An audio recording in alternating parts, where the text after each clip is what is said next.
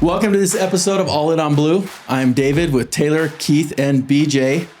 And Beehive Broadcast is our producer. And we're going to have a great show for you here today.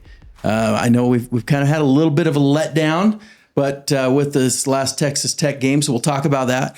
We are also going to talk a little bit about basketball and some other exciting things that have happened with BYU sports in the meantime.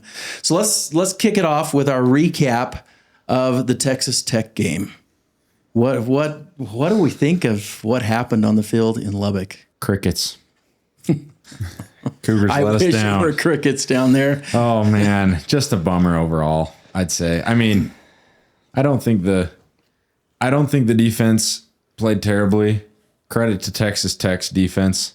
We're wearing our cowboy boots in honor of the Texas Tech defense. So, holy cow, those guys were good. I just want to quote Taylor here, who texted me this. I know it's a weird thing to say with the final score ending up how it did, but seriously, I think we outplayed them. No. That was misrepresented. We are all in on blue all the time, no matter what. Wait a minute. That can't We be could what be I 0-8, said. and we played better than We everybody outplayed else. them in some ways. Oh, yeah, I did say a lot of ways. Oh, yeah. Okay. Our defense did play fairly well. We held them to a lot of field goals. For that offense to score, 27 points, 26, 27, I don't remember. And always starting with good field position because we'd never moved the ball. Man. I think the special teams really hurt us. Not that others didn't make mistakes, but I think, you lose any momentum in a game like that you know is going to be tight. That muff punt, the missed kick punt that shanked punt. The 19-yard I just off think the side of you his foot. start a game like that, and it is really hard to make anything right. On their first 3 points, they had negative 52 yards. Their first three. Yeah, the first After their field goal? Yeah, after their field goal. They were at negative 52 yards. Gosh. It's just, we muffed that punt. Muffed it. They got it on the 5. We backed them up to the 25, and they made a field goal. Yep. I know it really did feel like so many times right before halftime when we stopped them from getting in the end zone, they go for it on 4th, and Satwala makes that tackle out of bounds. All that was so encouraging, but We were great in the red zone. it never. We were great in the red zone on defense. Yeah. Yes, on I don't defense. think we got into the red zone till our touchdown drive. I think so. I think we the did. one time in the red zone, The missed we field goal. scored. The missed field goal. We were in. No, we weren't. we weren't in the red We were not in the red zone. We did didn't not. get It into was the like red a zone. was terrible. 52-yarder. Yeah, that. It was terrible. Our offense really We've got been pushed exposed. back a little bit. I think we had a penalty before that. Also, our offense being exposed was very much so due to Texas Tech's amazing defense. You got to give credit to that defense. Yep. They Yeah. were good. Totally. And we were, I think because they were good, we were dropping passes. We were making dumb mistakes. We looked like they were exposing us. But we came in looking like we were scared. Everything from, it was the first game of the season where I would say you could see some of the freshmen in Bear Bachmeier. He looked rattled. He looked nervous coming into it. And clearly our receivers were playing like they were scared, like they were expecting to get hit. Hit every time. They were always, reacting and trying, going into, protecting their bodies before they caught the ball and dropping them. Hagan returned a kick out of the end zone, which That he shouldn't have. after it kind of bounced high on him. Anyway, Yeah. I don't know. There was just a lot of things, special teams and offense, that just looked really off. Was it lack of preparation? Was it intimidation playing in that environment? What caused that? 10 a.m. 10 a.m. Yeah. there was A lot of people say we never play well at 10 a.m. I don't give much credence to that, but you don't give much credence to that until BYU football has been fairly decent over the last 4-5 years. We've got a lot of wins, and not a lot of them have come in our day games. A lot of our losses have come in our day games. it's true. Another thing is we've been flying under the radar. The only big game, I would say, Iowa State was a big game, but we came out slow. Utah was a big game, but it's the rivalry. You're amped up for it. I'm not saying that. The whole spotlight of the whole week was on BYU Texas Tech this week. Yeah. And it seemed, Chase Roberts doesn't drop footballs. JoJo Phillips first game back. I mean, he's got some jitters. He dropped one that stalled a drive when we were still, I think it was 0-0, and he dropped that ball across that crossing route. So just little things that it seemed, you texted me this during the game, the things that we usually put upon other teams. I mean, we force turnovers. We make them look uncomfortable. We kind of create our own luck or opportunity, right? Whatever you would call it. Seemed like Texas Tech was doing that to us in enough ways that we were uncomfortable the whole game. Yeah. Especially offensively. We were never had an opportunity in that game. They didn't allow us to have an opportunity to get any momentum. Every time we had something go right, which was not often, they made sure they tampered that immediately with some. Or we did it ourselves. Yeah. It was one or the other. It felt like every time there was a chance for a big play or a big moment, they messed it up or we messed it up in some sort of way. And you just can't. So do we think that's a lack of preparation by the coaches? You think a lack of focus by the players, listening to too much? What do you think's going on there? It's a spotlight BYU hasn't been in. And believe it or not, I don't think a lot of teams in the Big 12 have been in that spotlight because it's not given to us. That opportunity isn't given very often. Those are bright lights when it's college game day, when it's Patrick Mahomes is in the house, guest picking on college game day, and you're in Jones AT&T with 60,000 fans screaming. It's a different environment that usually we provide for our opponents, but just a frustrating game, more so offensively than defensively. And it was very frustrating offensively. I don't know if I've ever watched a more frustrating game offensively throughout the whole game. I mean, there was the one drive that it seemed like, oh, maybe we figure this out. And I don't know if that's just they started playing prevent or just was like, the game's out of hand at this point.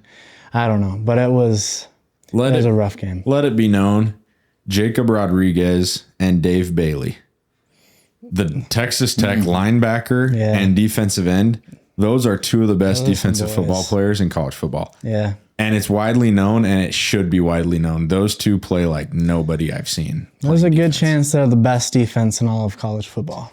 I don't think that's crazy to say at all. Yeah. At all.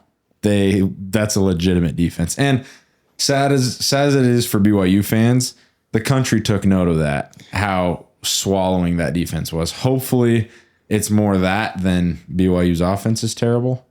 But I think the country took note that, okay, that's a legitimate team right there. The defense, I think, for the positions they were in, played remarkably well. Definitely one of the high points of the game.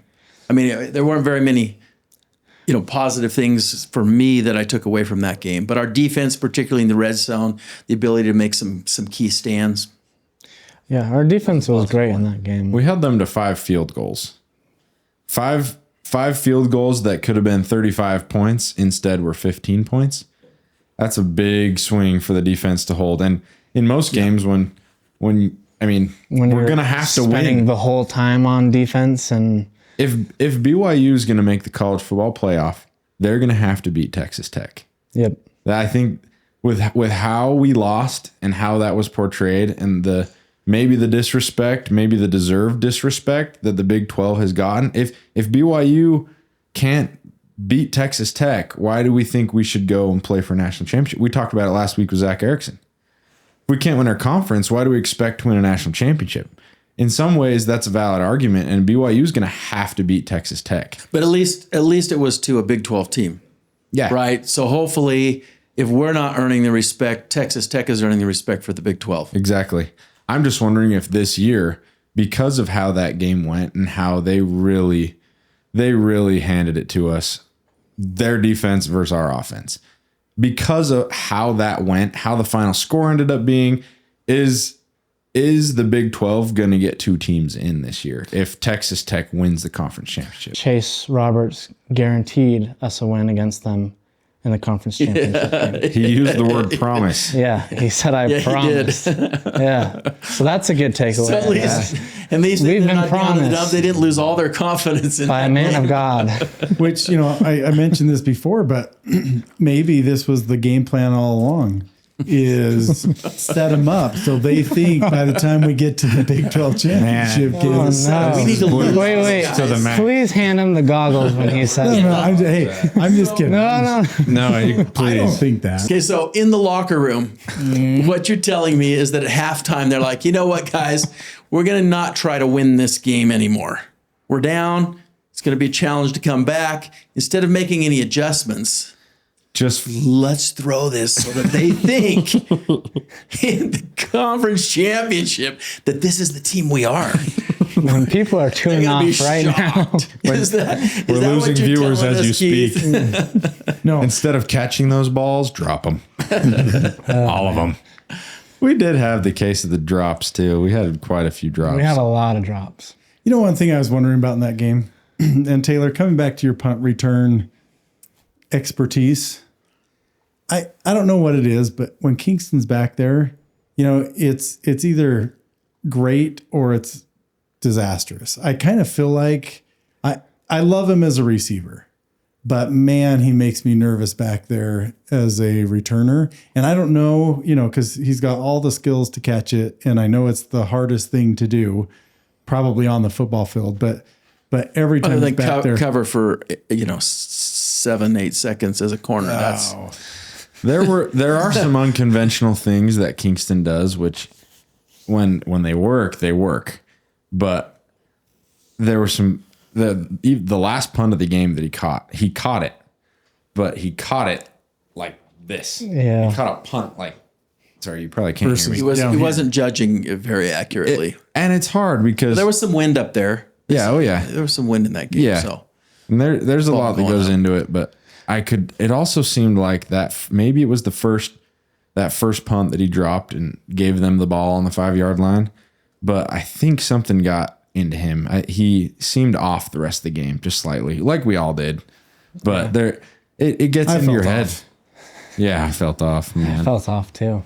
But our defense in the first 3 drives, what do we have? 4 sacks?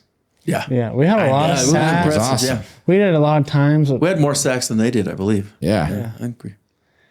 I think there was plenty of times where we We're covered getting for pressure. 7-8 seconds. Yeah. hey, the comment was 6 seconds, which I am spot He stands on. I don't by care it. where He stands you by start it. the I've clock talked to when the him off ball air. snaps. It's I've talked to him off air. He doesn't budge. He's saying 6 seconds.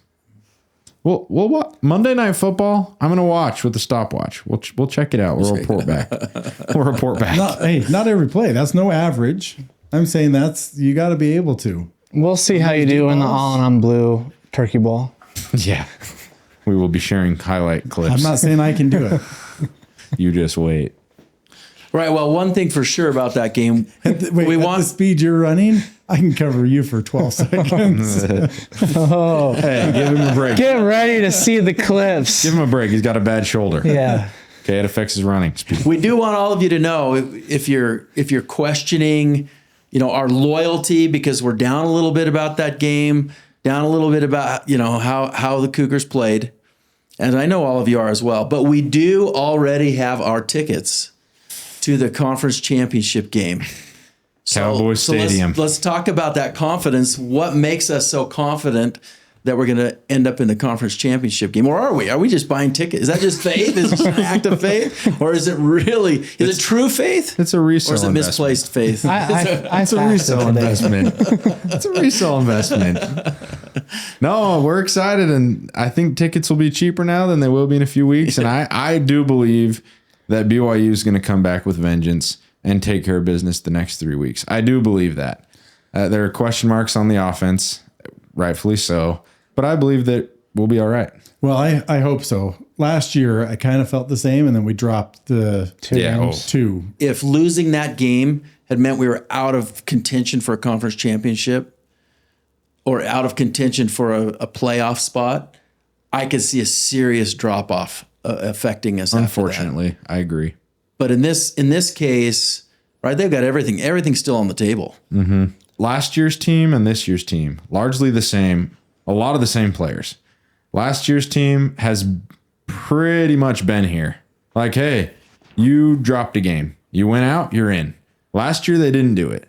And whatever went on in that locker room, I know that the core veteran leadership is going to make very sure that everybody knows, hey, last year, this is what this happened. So whatever that was, we can't do that again. And so most teams don't have the opportunity to be 8-1, 9-0, 2 years in a row and have the opportunity to win your last 3 games and make it to the conference championship. Win that game, you're in the college football playoff. I mean, we're still spoiled as BYU fans. We control our own destiny, and there are 3 teams in the Big 12 that do.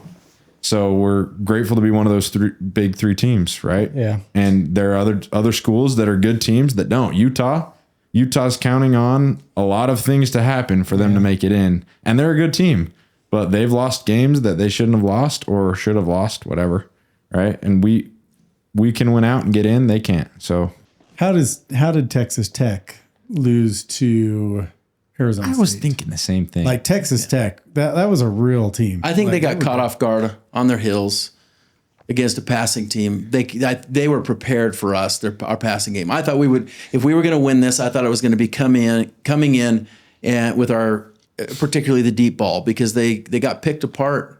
Particularly some deep balls killed them that they gave up, some deep passes in that game against Arizona State.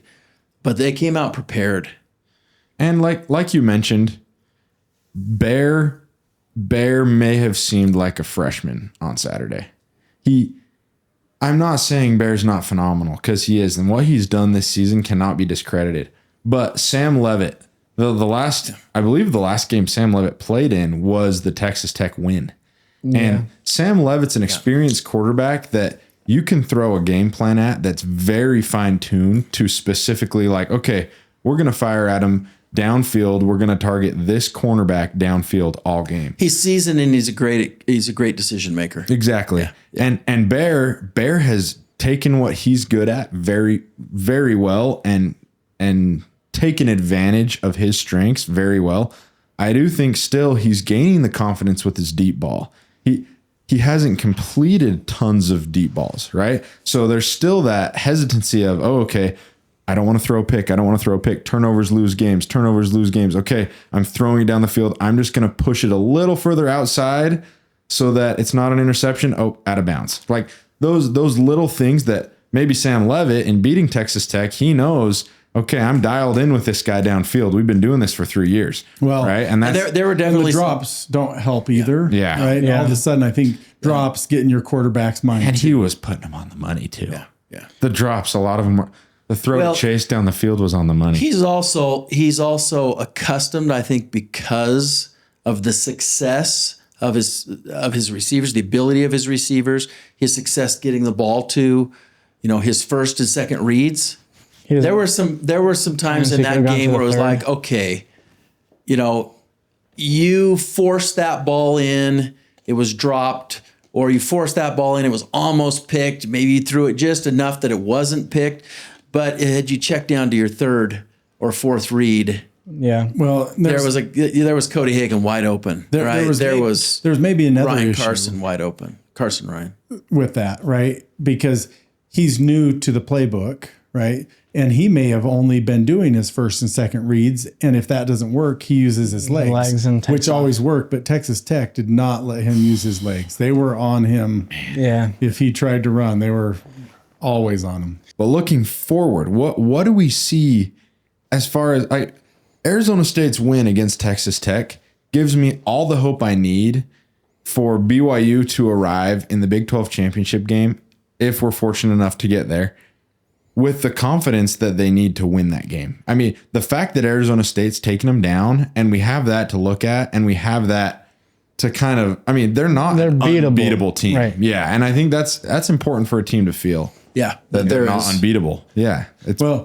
I also think along those lines, you have, when we go into Texas or when we play them again, if we play them again, you have this time where when you play a team that, what was the game that we had the rain delay? This is a good example. Arizona game. Yeah. We play Arizona and the momentum was all BYU. Mm-hmm. And then we had the rain delay, and they're in the locker room. They're adjusting. They know what they need to change. And we're sitting there thinking, hey, this is going great. Right? And we come back out after. Yeah. Right. And they had made adjustments. I think the same things can apply is Texas Tech. They're not going to change much of their game plan, I wouldn't imagine, right? Because they crushed us. Where I would assume that our coaches are all over that and they're already, they're probably gonna already come thinking in about thinking, it. man, what would we do different? How could we change this if we get there? And so I think it gives us, I'm not going to say an advantage, but in some ways So that was the first half of a 2-game stretch, Yeah. Right, it's a series. right? Yeah, a series. Yeah. We've got to. Where only the second game really matters. Yeah, exactly. Where do we sit now? What do we think is going to happen? On Tuesday when the college football playoff rankings come out, where does BYU sit? Where should we be? So AP poll came out today, and we're tied for 12th. We're really in a spot where I do think it's a fair ranking. We got to hand it to us. I actually thought there was a chance we'd be lower. My guess is we'll be right around Notre Dame. That's In the CFP yeah. when it comes out. Mm-hmm.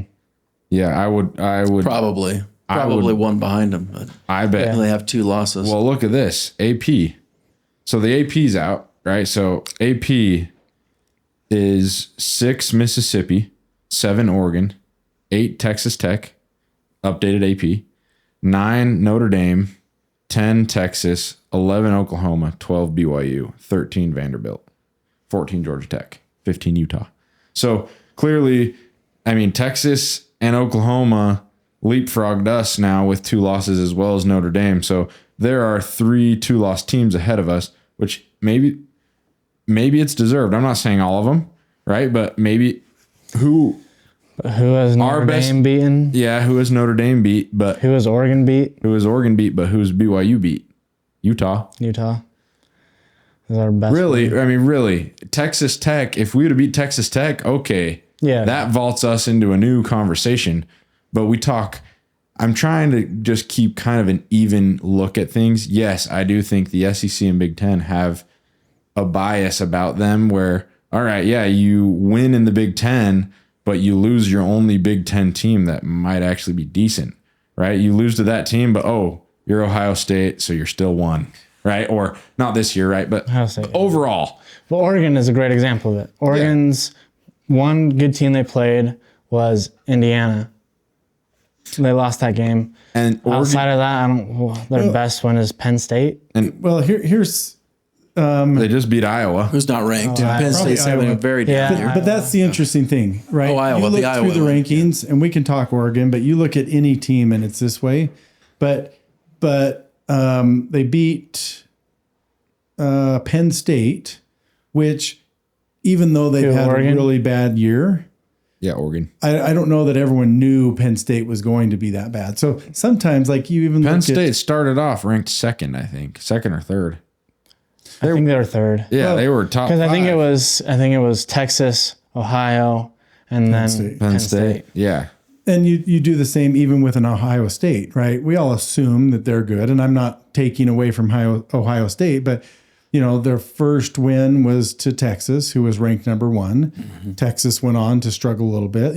They've figured things out. They're not a terrible team, but it's like you give them credit for that win when really they weren't as good as maybe we thought. And outside of that win, you look down through Ohio State, and I don't know that they've beaten like some amazing team or had these amazing schedule to deserve it.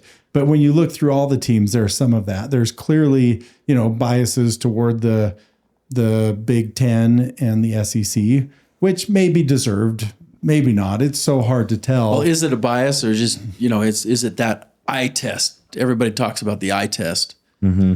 But the eye test to me is removing us from the season, because the eye test is, hey, I know because of past seasons, because of tradition or whatever, that Georgia and Alabama and Ohio State are going to be better than everybody else, which I don't think is the case. I think you've got to base it upon what's actually happened in this season. Well, and when you start talking about teams with 2 losses like Notre Dame, that, and look at the quality of wins and look at the losses. Notre Dame, I understand, but it's hard to displace Ohio State, who doesn't have a loss. They do pass the eye test with flying colors. They look incredible and fast, and Oh yeah, and they're undefeated. I mean, they're undefeated. Same thing with Indiana. But you still look at Ohio State. They beat Texas in a close game, and now Texas is climbing back up, but They're 10. Texas has lost games too. Yeah. Right? And they beat Illinois. Nobody else that they've beat has been in the top 25. Well, And so I do think Ohio State's the best team in the country right now, and they deserve their number one ranking. But what is it about a loss to? I mean, a team loses to, let's say, Penn State, right? And Penn State's 0-5 in conference.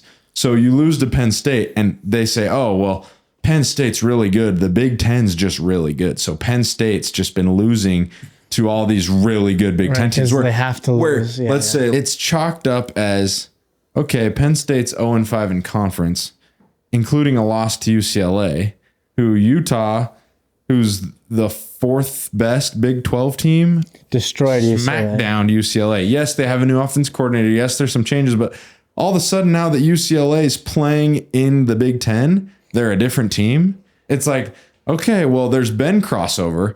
0-5 Penn State in conference is playing with Indiana and almost is this close to literally a centimeter toe drag away from beating Indiana. Yeah. And you're going to say, oh, well, that's because the Big Ten is so good. That's because the Big Ten from top to bottom is so good. Okay, well, why all of a sudden then, let's say It's not the Big 12. BYU loses to, hello, Rutgers, yeah. I mean, Rutgers, Minnesota. I mean, Northwestern. You go down the They're line having a of better like, year, but yeah. well, they're having a better year, but it's also like they're having a better year because they're beating who? The other people in the Big Ten. Where is that line? It's so hard to gauge because almost all your games that you're playing that are meaningful are against your conference. So how do you even know? Well, and I joked about this with you when we were being told that we hadn't played anybody yet and it was a week schedule. I was like, well, that was actually the Pac-12 portion of our schedule. Yeah. When we played Stanford and Colorado and Utah and Arizona. And we're like, oh, you haven't beat anybody. It was like, that was the Pac-12, you know? Yeah. There's We're doing it in the Pac-12. You used to respect it. Yeah. Now you don't. I think part of the issue, I think some of the AP people, they're not watching a lot of games, right? And it's impossible to watch every game.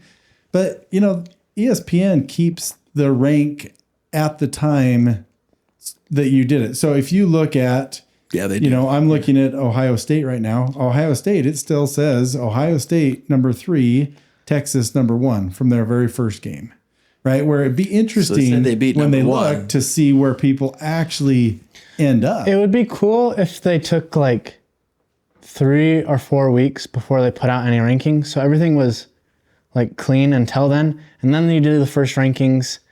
And then from there, you kind of pay attention to it because then you would not have. But you can't stop preseason ranking. Everyone wants to do it. I know. It will never happen. Go ahead. But then you could not have Penn State be 3 or 2 or whatever they were and boost Ohio State. Go ahead and miss me with the AP voters.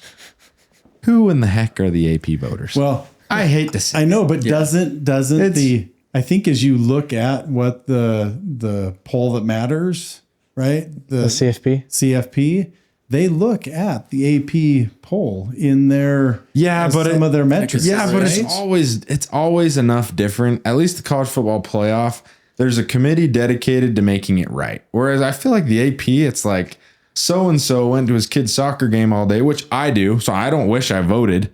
I'm just saying like.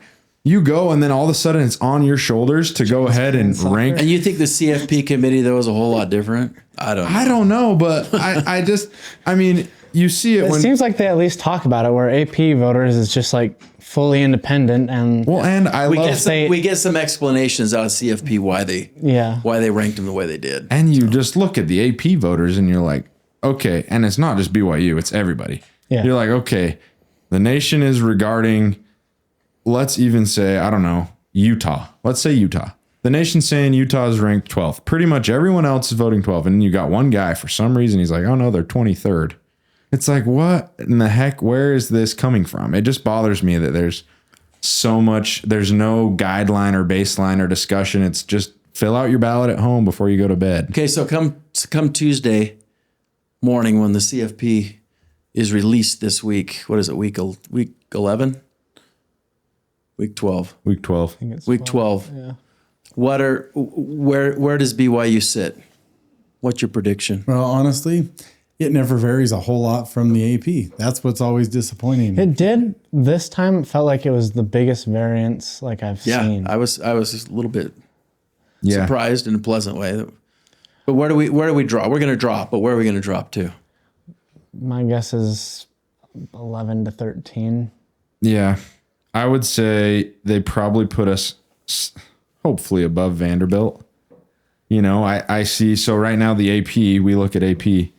I already said this, but Notre Dame's 9, Texas. So Texas Tech's 8, Notre Dame 9, Texas 10, Oklahoma 11, BYU 12, Vanderbilt 13. So do they leapfrog Texas and Oklahoma over us? I wouldn't be surprised. Wouldn't be surprised. I bet, though, they do put Texas Tech above 8. Above Oregon? Above Oregon. Above Ole Miss? See, At 6? Maybe above Ole Miss. here's the problem. I think is you've got 8-1 Alabama, 8-1 Georgia. This is after the no loss teams. 8-1 Mississippi, 8-1 Oregon.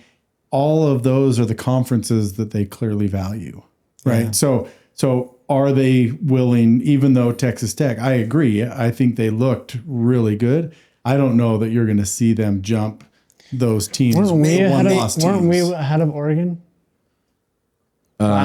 Yeah, and the CFP. CFP. Oregon's 9 in the CFP as of last week. So it went us, Texas Tech, Oregon. So Texas Tech was already ahead. Already ahead of them. I think they'll So stay I ahead would of guess. Oregon. I'm sure they stay ahead of Oregon after. Here's Yeah, because Oregon barely won. I mean, Here's what will be interesting to see. Here's what will be interesting to see. Does the committee see BYU as, oh, they weren't that good. They haven't been that good all year. Texas Tech will bump you up a bit. Or do they see it as, okay, Texas Tech is legit. They shut down a good BYU team. But clearly they've got to see Texas Tech 29-7 win over BYU as better than Oregon's 2-point come from behind win over Penn State. Over Iowa. Over Iowa. Yeah. Yeah. I mean, yeah. Or Indiana's last second Hail Last Mary. second win over a winless in-conference team. Yeah. But see, that's what people don't consider too. Like you're always going to have the not best games, right? Yeah. And pulling out a win is still a big deal. Yeah, as BYU fans, I feel like we can't say, oh, you It barely can't be won. you barely won because we barely win sometimes. Yeah. And that's what we pride ourselves on. Are 2 or 3 teams from the Big 12 in the college football playoff a possibility? And what has to happen for that? I think 2 is if we beat 'em. If we beat Texas Tech. And Texas Tech wins out. I mean, we're in there. Yeah. Texas Tech doesn't lose anymore. Yeah. Right? They won't. And we're in there. They We haven't better lost anymore, I think. That's the only way. Texas Tech's in. Any other thing that happens, I think it's just we one. lose- Is there a shot, though, in that scenario, if Utah wins out, for Utah also to get in to the college football playoff? Utah as a needs- 2-loss team. So if Utah wins, I think yes, maybe. I think there's a possibility for Utah 3 teams beats- from the Big 12. Oh, 3? I don't think so. I think If Utah is in the conference championship and beats Texas Tech, then you could get 2. Well, I think it depends largely, though, what happens in the ACC, because we see the top of the ACC falling off. Yeah. If Georgia Tech has another loss, for example, could they take a 2-loss? If BYU has 1 loss, BYU beats Texas Tech in the championship, and that's Texas Tech's second loss. Is it possible that Utah gets in? Well, based on where they're Georgia Tech currently is left ranked, out. you'd have to say I'd have to think it's possible. a possibility. I think everything would have to work out right. But some losses of some teams in front of them. But yeah, I guess it's possible. I don't think it is possible this year because I don't think the committee will take Utah and not BYU if we both win out because BYU's got that head-to-head win. And for Utah fans, you want BYU to look as dominant as possible so that your loss to them doesn't look doesn't look as bad, right? If your only 2 losses are to BYU. Well, the smart Utah Texas fans, Tech. although I've seen a lot of them that don't feel that way. Yeah, oh yeah. Oh yeah. But Taylor, I think so. Let's say Texas Tech gets up to, the way it's going. Maybe they get up to Like a top 5. yeah, top 5, something in there. They won't crack 5, I doubt it. I bet they're Depends on 6. who Just depends loses. on the losses in front of them. Oh, in the future. I thought you were talking about this week. Okay, gotcha. In the future. So if they get top 5, and then if BYU makes the championship game with them, they end up doing beating them, but it's close, then you're not going to see Texas Tech drop too much. And BYU gets in. I kind of think if that's the only 2 teams that Utah loses to, and Texas Tech is ranked high enough, I don't know. I could see a world where it's like, If the ACC really falls apart. yeah, you just have to have them. Yeah. But you gotta remember- things would almost have to fall like perfectly in place for that to happen. Yeah. So I don't know if it's a likely scenario. You got to remember the group of 5's got a team that's getting in too. Yeah. That bumps somebody out, and it was gonna be Memphis, who was way down there. Now Tulane's got That's a true. shot. Tulane's Jake got a Retzlaff. shot. Playing. I just don't It think is true it'll also happen. because in my mind, I'm thinking, could they be top 12? And they're gonna find a way to put Vanderbilt in before they're gonna put a 3rd Big 12 team. Yeah, Maybe that's even true. a 2nd. Not to lose, right, any hope. I mean, we're still in the race for the conference championship. We're still in the race for a playoff spot. And the momentum at BYU across BYU sports maybe better than it's ever been. It's still a great time to be a BYU fan. Regardless of the loss at Texas Tech, there's a lot of good things happening with BYU sports. We've had a couple of exciting things happen this week in other sports at BYU, particularly women's sports. I know you were mentioning Jane Hedengren. Jane Hedengren with an absolutely dominant performance in the Big 12 Speedy. championship. Cross country. Yeah. And I think she won a Big 12. She has a Big 12 record now. Yeah. As a By freshman. a lot. By a lot. And won by how much? She 45 seconds? 45 seconds. Yeah. I mean, that's crazy. It's insane. Unbelievable. That's crazy. Yeah. And then we've got the women's soccer team so the women's soccer team, I have a cousin, Kelly Bullock. She plays for the Utes, and she's one of the Utes' best players on their soccer team. BYU beat Utah in the last game of the regular season to squeak into the Big 12 tournament. The 8th seed, right? There are 8 teams that make it. BYU's the 8th seed. We win 3 games in a row to win the conference tournament. Pretty awesome. Yeah. Yeah. And Pretty big kudos to time. all those fans who went out to the airport to welcome them back. I mean, that's cool to see that happening in other sports. Happens in football, happens in basketball, but I love to see it across sports, that fan support. And we salute you, BYU women's soccer, and also to Jane, the women's cross country, and Jane Hedengren for what you're doing. Well, and I'd not love to just see Jane, maybe just while we're shouting out and giving credit, the BYU women's cross country was the first place team by a long ways. That's become normal. And as long as we're throwing out, I mean, what's the BYU rugby team do every year, man? And gets a little credit And little let's talk basketball a little bit. BYU basketball is poised to do some pretty amazing things. They're off to a good start. 2-0. 2-0, and I will say, not that the Villanova win wasn't crazy impressive, but this last game may have impressed me even more. Easier to do against Holy Cross, but there's some film of when you watch AJ move the way he does. I mean, nationally, I saw Twitter was exploding with this win at Holy Cross.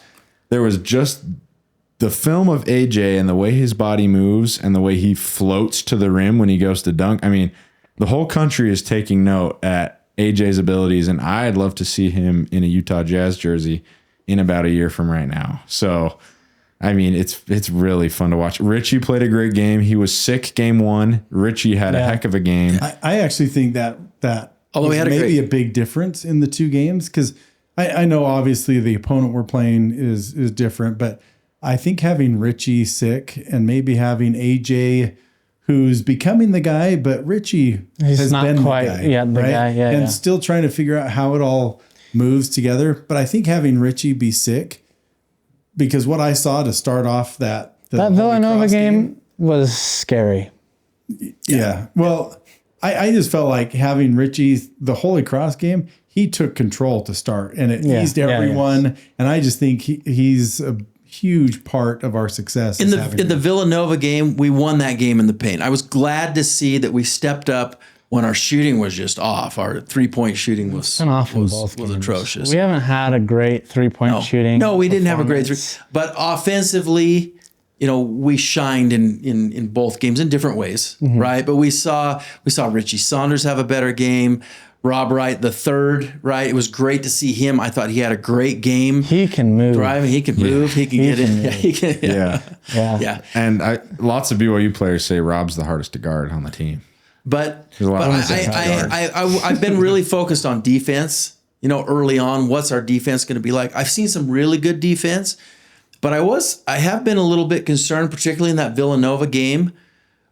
We didn't have any offensive rebounds. There was a little lack of effort on the boards in my mind. I would like to see. We kept going under screens in that game too, and leaving them open to shoot threes. For threes. When we are a team that's built to switch everything, and I don't entirely know why we don't switch everything, because everybody can guard basically every position on the floor for the first time ever as a BYU team. You can say that. And so I don't understand that, but maybe we'll see it come and they'll figure it out. It's easy for a team that is able to outscore almost anybody offensively with the talent that we have to slack off defensively and in some of those other areas. I don't think Kevin Young is going to let them do it. And there's a few players that have stood out defensively. Kiba Keita, Mboop, right? I mean, those guys. First game with all those blocks. There was a sequence. There was a sequence in the Villanova game where Kiba Keita put back dunk. Yeah. I mean, he was at the top of the backboard. And then basically volleyball spike. You could have watched the game for boom. Someone could have. He seemed like the best player. Someone could have turned the game. Yeah, he's not our best player, and he's really good. Someone could have turned the game on. Best athlete on the floor. Someone could have turned that game on, watched those 10 seconds of a putback dunk and a block from Kiba Keita, and said draft him and turn the game off. Seriously, that's what I was saying when I was watching that. I was like, he is going to win us this game single-handedly. That was because they were starting to seem like, oh no, we're falling apart a little bit, and he was like, nope. Well, I was thinking there were NFL scouts that were saying, could have been. Could have been. Yeah. I think with him though, is the great thing is he just is getting his hustle plays. The offense doesn't have to move through him. He's just going to make it happen. Where I feel like other people, you need the flow of the offense, and he's kind of that hustle player. He's just going to get it done. Well, and Mboop is that way too. I mean, maybe even more hustle. Not as big and strong and tall as who I've loved. Keita, but who I've loved to see kind of earn his minutes. Dawson Baker. Dawson Baker's consistently in double figures scoring. Yeah. And after last year, you kind of wondered. I mean, he was getting minutes. He was a key contributor last year, but Dallin Hall was, they were battling for minutes, and now you see, the most loaded BYU roster ever, and Dawson Baker is still getting his minutes and making his shots. And he got them early. Yeah. Oh, yeah. I was surprised how early he was in. Yeah. And this team is loaded with shooters. I think, our shooting game has been off first couple of games, but that's not going to hold. That's not going to hold. The number of strong 3-point shooters we've got on the team. But this is also the first BYU team that can survive that. Yeah. We can. No other BYU teams in the past could survive shooting as badly as we have. At least not in the last couple decades. Let's get this straight. Since the 3-pointer. David's willing to overlook turnovers and all these things, but I'm drawing the line. 4 decades. Don't you remember the 50s? Let's get this straight though. The Cougars, we shot 62%. No, but it's in the 80s, okay? I'm a little older than you. We shot 62% overall field goal percentage. Yeah. Yes, we shot 28% from 3, but you're shooting 62% from the field. You're going to win some basketball games. And the 3-pointer will fall. I'm not worried about that. It'll eventually at all. We know the guys we have, we know are shooters, so we don't need to worry about it. We did have a rough injury, which I know. That hurts our dad. Yeah. I don't know if I can talk about that today. bouncing back from Texas Tech. I think we leave that. We'll talk Gone about for it the next season. week. Yeah. Don't talk about it. Sorry. I was hoping. Well, it no one would. happened. It was some Hope depth no that one he's a would. good defensive player. Yeah. We definitely could have used him, but he'll be back, hopefully. It's a good time to be a Cougar. We got to remember that. One football loss will not damper our excitement and our energy to be all in on blue. I think We have to beat Delaware. We're gonna Let's have see if we can pull that pull off. off Delaware, but then we got UConn. Yeah, UConn will be a good test to Good see eye where test we're at. for where we're at. We're going to learn a lot about ourselves when we play someone. If we think we're a Final Four team, we could play UConn in the Final Four. So when we're playing someone we know is consistently over there in the Final Four, we'll have a better gauge on ourselves. Oh, UConn at Madison Square, going on the road, going to play in New England. But, That will be a good test. here's what I think.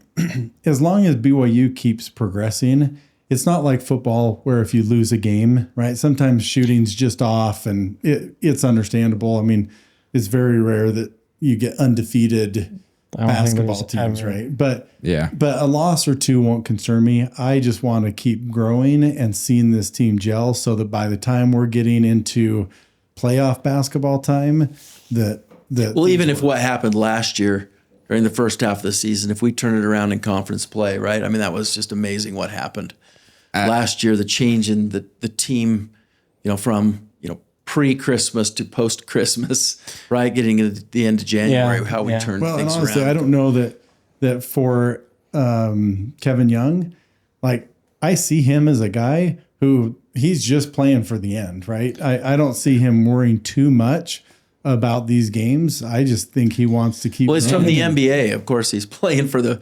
postseason. And in what we might not benefit from, Let David Stern, not Adam Silver, not David Stern. what we might not benefit from in football as members of the Big 12, as far as SEC Big 10 bias, We do benefit. we benefit from that in the Big 12 as a basketball conference. I Yep. mean, you can lose some Big 12 games and they're still like, well, you lost to Kansas and Houston and Texas Tech, so you're still really, really good. Yep. So We have some advantage that way. yeah, maybe we should talk about how the Mountain West deserves some more credit in basketball.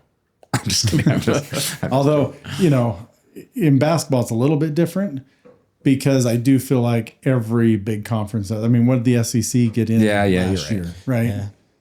It's so many more teams, and honestly, it's a better system for Well, yeah, figuring out. Determining- 64 No question. team tournament. 64 team 64 tournament, teams, but also and they having have all the quadrants, quadrants and helps it be like, okay, this is, You know what's going on a little more yeah, and why things are the way they are. yeah. yeah. Yeah. Football will get there. Give it some time. Be patient.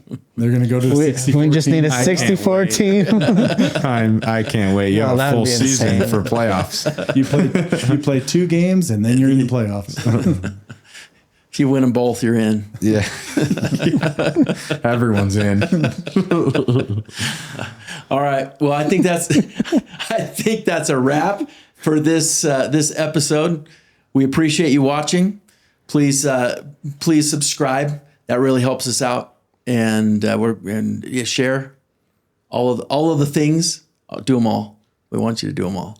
So that will really, really help us. And make sure you check out some of the other podcasts from Beehive Broadcast. They do some really, really good work, and we're certainly not the only ones working with them. But we're grateful to you. Continue listening, and we'll wrap this season, or we'll wrap this season. We'll wrap this podcast for now. We are all in on blue, and we thank you for watching.